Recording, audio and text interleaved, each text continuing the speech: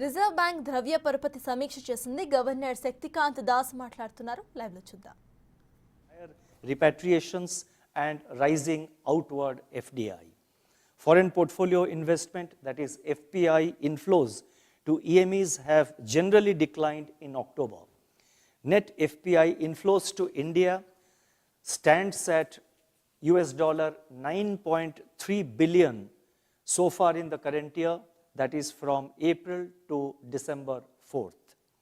And this was supported mainly by inflows in the debt segment. External commercial borrowings and non-resident deposits, on the other hand, witnessed higher net inflows compared to the last year. India's external sector remains resilient, as reflected in various key indicators where India has been consistently performing well. And the key indicators and the data they are given in the footnotes. In order to attract more capital flows, it has been decided to increase the interest rate ceilings on FCNRB deposits.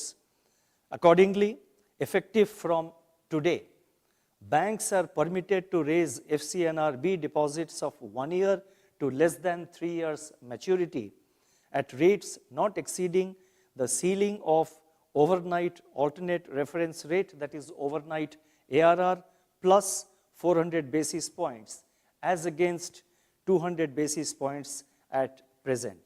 So in addition to the overnight ARR, currently the banks are allowed a spread of 250 basis points, that is being increased to 400 basis points.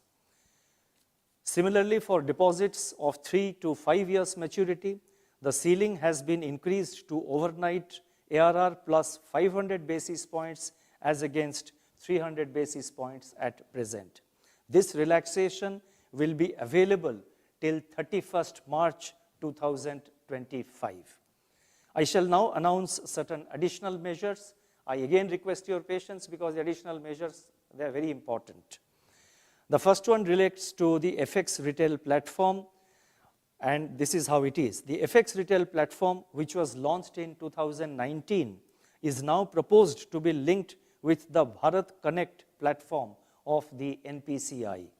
This would enable users to transact on the FX retail platform through mobile apps of banks and non-bank payment system providers.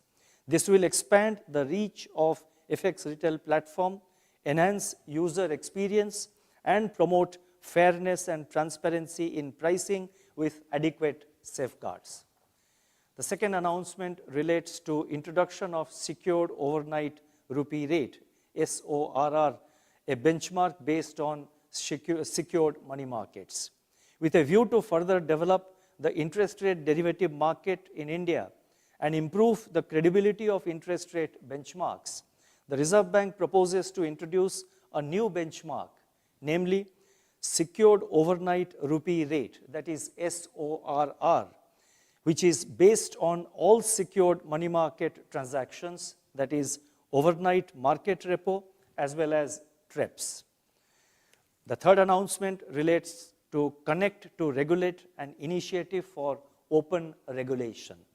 As part of Reserve Bank's consultative approach in framing regulations, a new program, namely Connect to Regulate, will be launched under the ongoing RBI at 90 commemorative events.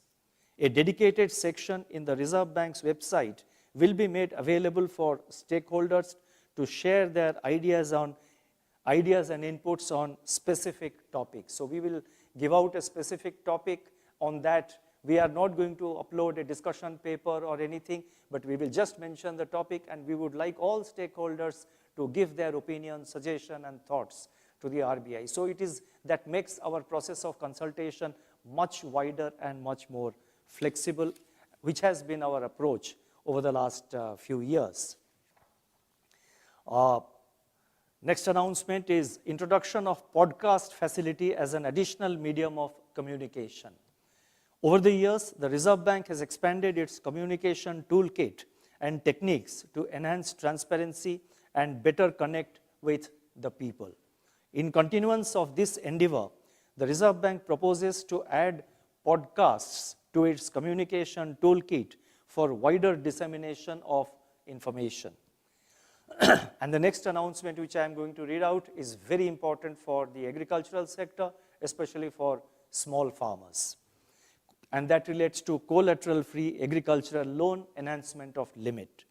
The limit for collateral agricultural loans was last revised in 2019. Taking into account the rise in agricultural input costs and overall inflation, it has been decided to increase the limit for collateral-free agriculture loans from rupees 1.6 lakh crore per borrower to rupees 2 lakh per borrower.